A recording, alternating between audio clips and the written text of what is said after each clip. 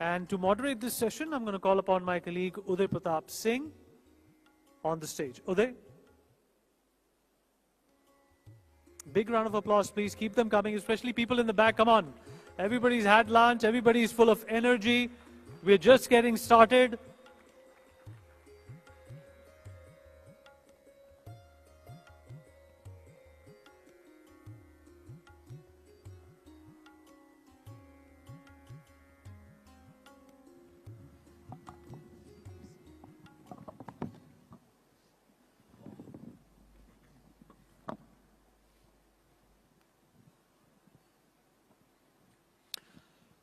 Hello and welcome to those of you just joining us, and welcome back to those of you who are still with us, of course, at this first day of the NXT Summit 2025, where we're, of course, delving on the future of various sectors in our country, not just, of course, with domestic experts or leaders, but with global leaders and innovators. And now we're going to do that for, of course, the living sector, the real estate sector, housing sector. Yes, in our next session titled Next in Living, we have, of course, three, very well-known individuals from the industry who, of course, have already been introduced. So let me go straight into the conversation and start with you first, Sanjay Kulshrestha, on what you feel is really going to be the buzzword for housing, for living, for real estate in the future. Where do you see the sector headed, and how much progress has really been made in the last few years in particular in, of course, the affordable housing sector, but overall in the real estate sector as a whole? Thank you. I think the living sector, which includes the housing and the infrastructure, Government of India has a big push to create an households, and we had came out with PMAY 1, now the PMAY 2. The Government of India wants that every head should have one roof. So by 2047, I think we will be having a sustainable, smart homes for everyone. Nevertheless, we have a target of 5 years that PMAY 2 had came, wherein the urban and the rural population will have the housing needs scattered through these programs. So when I say about the housing, I think housing is the epicenter of the development, and they are the actual key for the Viksit Bharat. And everything which is going along, it starts from the housing only. So whether it is water, sanitation, power, energy, roads, logistics, or economical drivers, starting from the education, hospitals, markets. So everything starts from the housing, and housing is the key for the development. HUDCO as a company, we are into housing as well as the urban affairs. So we are into the financing, we are into the consultancy. And as a strategic organization of the Government of India, we had taken the responsibility that all these things has to come in a timely manner, in a sustainable manner, in a smart manner, and in a very eco-friendly manner. So I think the future is very bright regarding the housing, and lot of things regarding the standardization of the sustainable product has been done. Standardization of the layouts has been in process. We are doing R&Ds also to have a sustainable material for house building. So all these things are in line, and lot of things we had already achieved, and I am sure that within a year or so, most of the things will be coming to the ground. Let me take that to you, Payal Kanodia ji, on, of course, now the, this particular sector, and also affordable housing. How much more affordable is housing going to become, of course, in the future? Also, where do you see the sector headed? What do you believe are going to be the, the new innovations as well, which we're going to be seeing in to ease the way of living for people, for citizens in our country? So this sector is always going to grow. Of course, the need is ever increasing, and the growth will continue to happen. So where affordable housing is one part of it, the luxury living is another part of it. So we see India going both ways, where affordable and luxury is bound to grow hand in hand. And when we talk about sustainability, affordability, climate change, exploding population, when we build future cities, we need to keep these in mind, and the smart cities need to take into consideration all these points, and we need to be sure that just like we have a concept of circular economy, We need to have a concept of circular cities where whatever a city is built on, it takes all its resources from within and then reuses it. Because climate is one big thing that's going to be very impactful. And we really need to take care of the climate. So whatever we do for future, whatever technologies, AI, whatever we talk about, it has to take climate and growing population into consideration, of course, keeping the price point in mind. Shyamroop Roy Chowdhury, let me take that across to you as well on where you see this sector really headed. Firstly, how much strides have really been made according to you in the last few years in particular, not just for affordable housing, but overall for the real estate sector. And are you bullish about the way forward for this sector? Is this going to be one of the big growth drivers for India as we head towards the Viksit Bharat dream for 2047? See, in my opinion, affordable housing is a concept which needs to be government driven, because there are certain input costs when it comes to real estate which are not in the factors of private developers, such as land costs, cement costs, these costs. So affordable housing has to be driven by government policies, government support, government subsidies. And the government is doing a great job when giving these subsidies and stuff. Although every state in India has a different policy towards affordable housing, but Haryana is leading the way in affordable housing. Madhya Pradesh is doing PPP models for people doing affordable housing. Uttar Pradesh also has an affordable housing model, but then again, it is through the auction allotment system, so sometimes those projects may not be actually affordable in nature for people, but people are trying, the government is trying, policies are evolving, things are changing. So affordable housing is one aspect, but when it comes to a more sustainable living, that I think urban living, urban planning is a major factor when it comes to something like this. So urban planning means, you know, wherever the societies are coming, wherever the density is moving, wherever the population is moving, you need to give those amenities to the people over there, like your social services, your transportation services, your metros, your other civic amenities which these people need. So these have to, you know, move forward, evolve for the sector to grow. But I think the sector is growing. At least for the past half a decade or so, the sector has been growing steadily. And let's hope it keeps growing in such a pace going forward. Let's just talk then a bit about your personal journeys in your personal organization. So as far as, of course, True Habitat now is concerned, what biggest innovations are you looking at right now? I'm not telling you to reveal any trade secrets, of course, but how are you going to, you know, shake up the sector? What's going to be the biggest innovations from your, you know, sort of company? Where do you see your company growth going as well? Are you also looking at potential global collaborations? Is that something also that could we see in the real estate sector? I know big real estate players have come in the past, but is that something we could continue to see? We're seeing so many global leaders from different fields here at the NXT Summit. So, so True Habitat was mostly formed with the idea of doing affordable housing per se, and we're doing about 1 million square feet of affordable housing, which is a little more than 1,000 units in Haryana. But if you look at the new technologies which are coming in real estate, those can't be totally focused towards affordable housing because it's mostly driven towards visual realities, VRs, Matterport, BIM modeling and stuff like that. Those kind of help the efficiencies of the business to become better, and VR kind of helps the sale velocities or the sale technology for larger developers to become, you know, more focused towards clientele servicing. This VR and stuff helps builders reach customers in different global markets also. So I think global collaborations for technology, global collaborations for improving efficiencies for Indian developers, and global collaborations to enter different regions. I think that's an open market for a lot of the Indian developers to move forward to. Yes. Also, let me quickly, in fact, take that to you as well, you know, Payalji, on, of course, M3M. And as far as M3M goes, you know, what have you collaborated globally so far?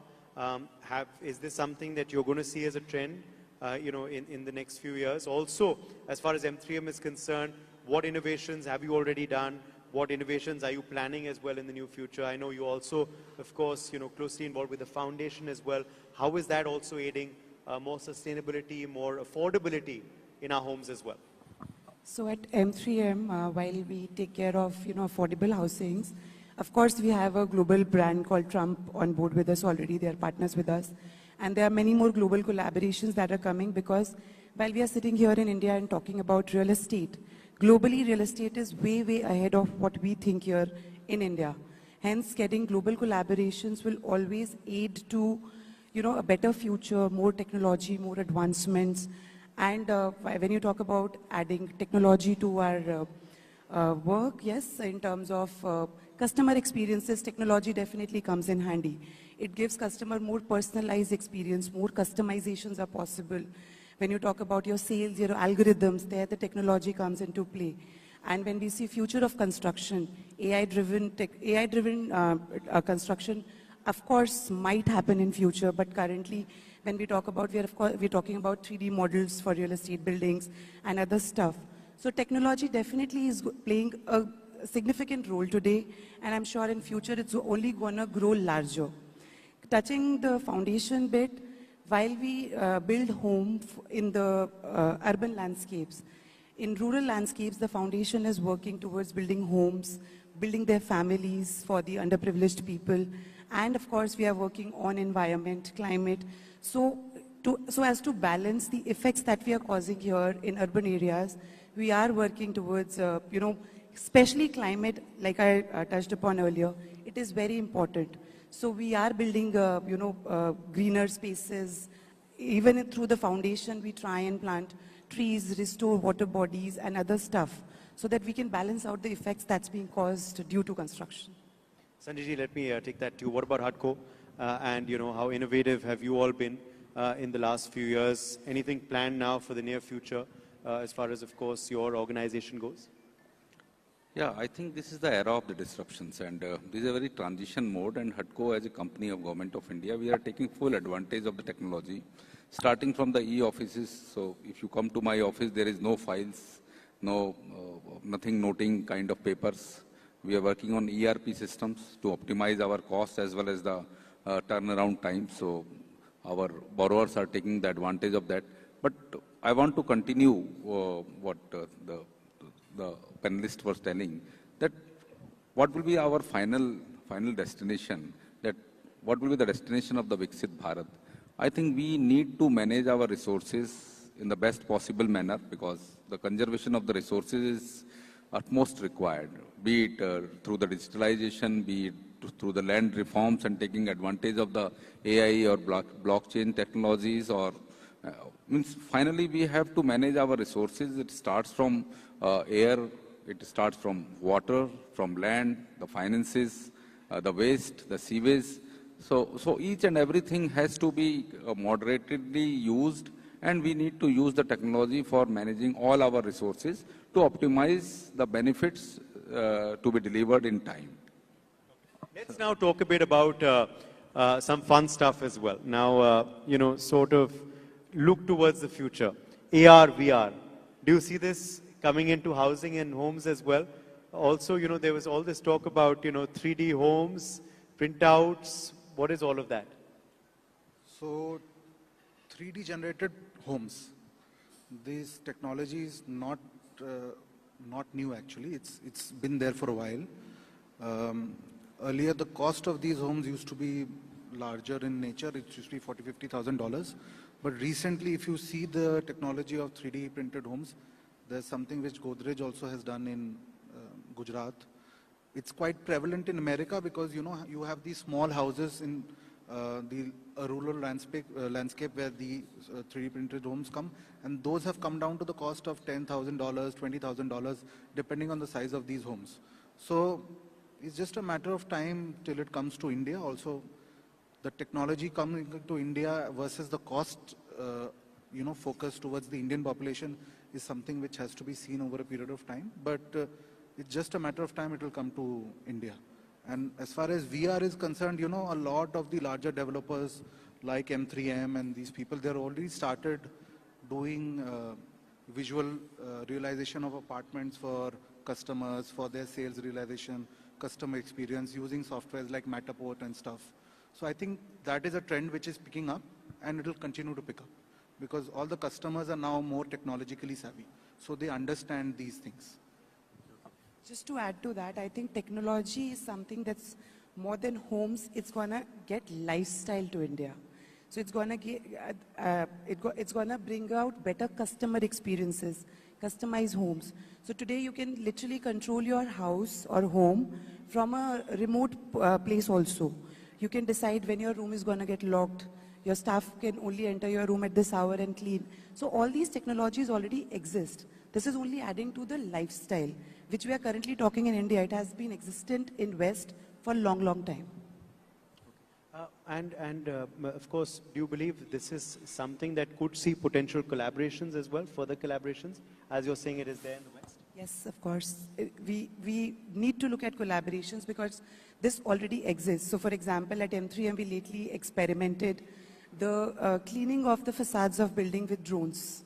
So it's something new. Till now, we only see those pulleys and trolleys hanging with two men and, trying to clean the building facade. And it's a visual disturbance also.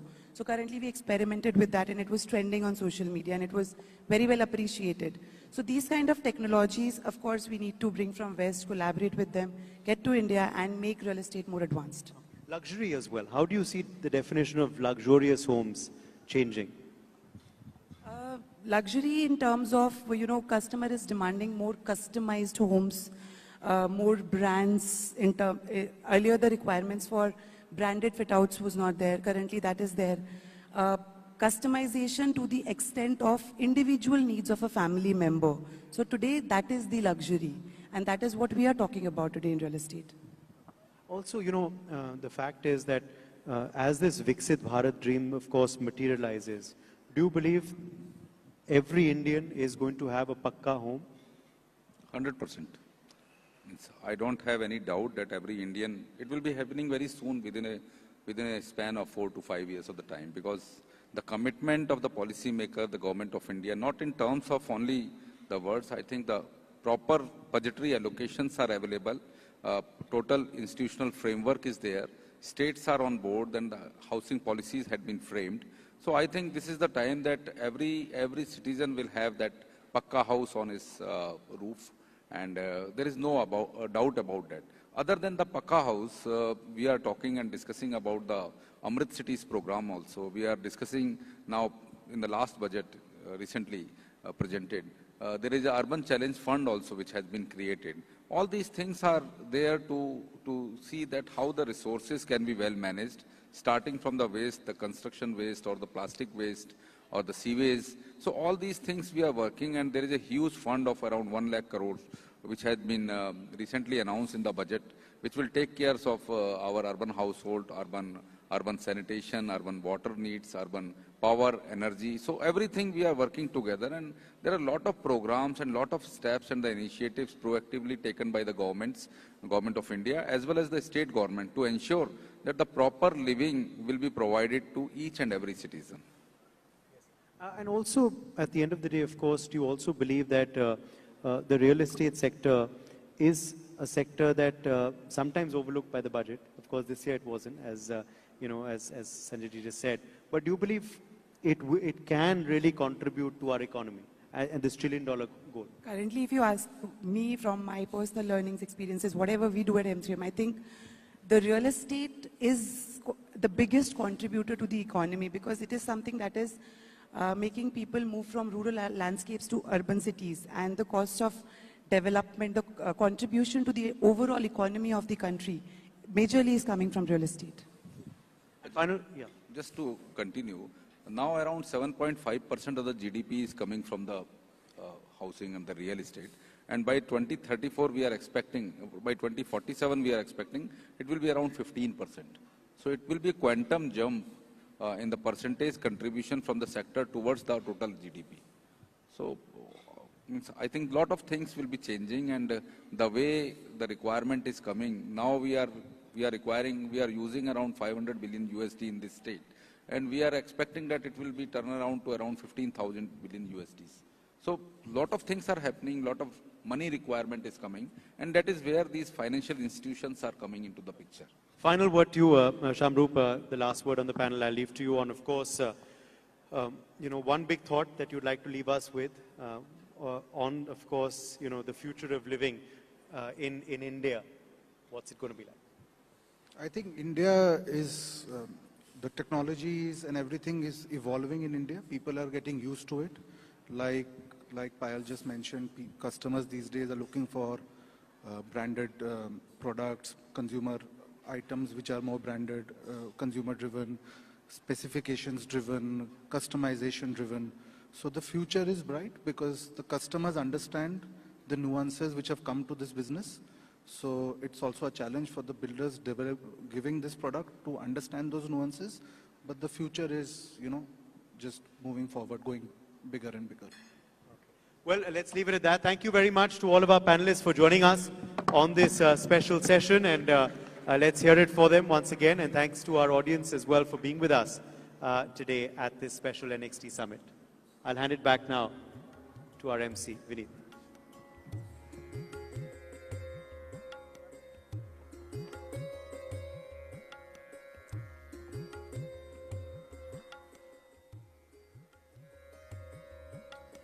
All right, Uday, thank you so much for that. I'm going to take this opportunity to thank our sponsors. Well, this session was presented by ACE Infrastructure, powered by HUDCO, NBCC, M3M,